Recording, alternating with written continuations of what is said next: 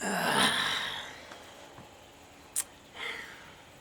this here old log cabin on the farm was built, we think, about 1887 by a man named Tom Lewis. Now, the McCoys never really owned this 40 acres right here. Well, until Mama bought it in about 1950. Now, Grandpa Jerry Thornhill, he owned it at one time. And the TVA come in here and took all of his bottom land and part of this 40 acres here. So he sold out and went down to Danville, Alabama in 1938. And he sold the rest of this land here to Wade and his son Will Hampton. And they stayed here till about 12 years, till 1950 when Mama bought it. And she got a little bit of inheritance money out of England. Her daddy was from England, and the war was over, so they sent her a little bit of money. And so she bought this place. Well, back to this old house here.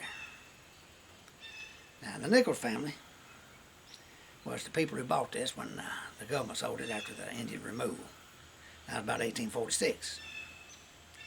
And Tom Lewis, I reckon, was married to some of the kinfolks of the Nicholses there, and that's how he wound up with the land, I reckon.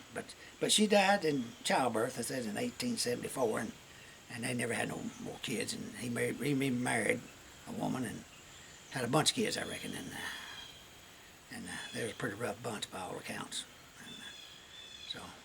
And we date this cabin here by the story. They say that old man Tom built this cabin when one of his kids, Pewter, was born, and said he was in a cradle. And he kept him here and built this house while that kid was in a cradle. And that was Pewter was born in 1887. Now, my great-great-grandfather, Jim McCoy, just lived here next to him. And it was said that he had to keep his corn cribs locked up to keep him from stealing corn. And I got an old double-barrel shotgun he has. They said they're supposed to stole it a couple of times, but he got it back.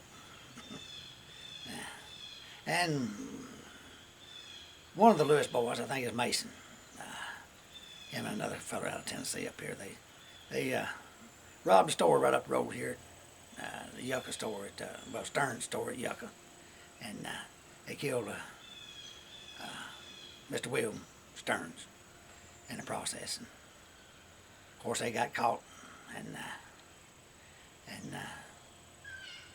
they were sent to prison. And I think he spent about 20, 25 years in prison, and got out in 1930s, 38, somewhere like that, I think. Now another brother, Ed Lewis, killed my great-great-uncle, Will Thornhill. We don't know exactly how that went, but he was shot with his own gun, and his body was dumped on the road up here right above where he lived. And so there was a lot of question about that, but anyway, I guess Will was somewhere where he wasn't supposed to be with somebody he wasn't supposed to be with.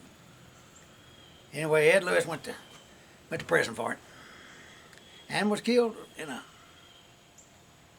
I think it was some kind of mining accident or something. They done hard labor back in them days. Anyway, he died in prison, and he might have been the right one, or maybe not. But this was about 1916. So I reckon the family sort of decided to move on. They might have been encouraged to do so after all this trouble. Anyway, my great-great-grandfather, Jerry Thornhill, bought the place and moved here. And my granny was 16 years old. And she later married her next door neighbor here, my granddaddy, John McCoy, 1924. So things worked out as it should, I guess. Now this old cabin here, it's been a witness to a lot of things. And I'm an admirer of old log structures. And I've moved and rebuilt and repaired many of them over the years. And it's I guess a passion I ain't got over with yet. But there's one thing I can say about this builder, and I didn't know him, because it was long gone when I was born. Now, he might have been a mean old feller, tough and stern, what they said.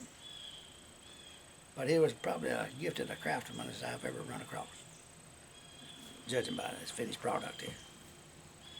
Now, very few of these early craftsmen were as precise and as gifted and this type of work that this man was.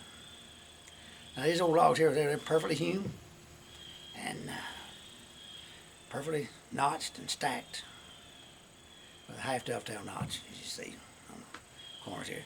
And they're put together so tight you could even slide a cigarette paper between them. And that takes a little bit of work. Now, a couple of years ago, I done enough work to preserve it for another generation's uses. And it just needed a little bit of leveling, and I built 2 porches on it, replaced the old pine and pole rafters on it, and put a new tin roof. And it'll last another 100 and something years, I guess. Now, the inside of this old house was it was sealed up with pine boards, wide pine boards. It was hand planed, hand tongue and grooved. And I can just imagine the work that took to do that. And the stonework on the chimneys, boy, it was just superb. Wasn't about a half-inch grout crack between every rock. And every rock was cut just perfectly square. And I tell you, it was done by a master. Now, the cistern out back here, it caught water off the roof for portion and stuff like that, I guess. Now, it was a 30-foot deep, hand dug, and it was lined all the way down to the bottom with rock, sandstone rock, and they were cutting a circular pattern all the way down into the bottom. You just don't see that done. That's just something that's just unheard of. And the window sashes and frames and stuff here at this house, it's all handmade with old wooden planes and such, and they're all different sizes. And I figure he built them and made them to fit glass he'd already had.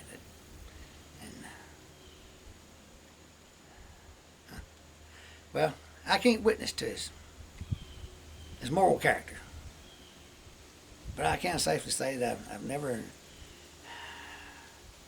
encountered a man whose work I've seen has exhibited such skill and will to build a structure under such Spartan type conditions as he did in these old tough times that they had. Now, he might not have been a pleasant fellow to be around or to know, but I'll tell you what, if I ever needed someone to walk out into a stand of pine timber with an axe and a few old hand tools and build me a log cabin, that man would have been Tom Lewis. Well, I hope I hadn't offended anybody with the stories. It's a little old talk. It's just history. It's just fact. And this old cabin is real.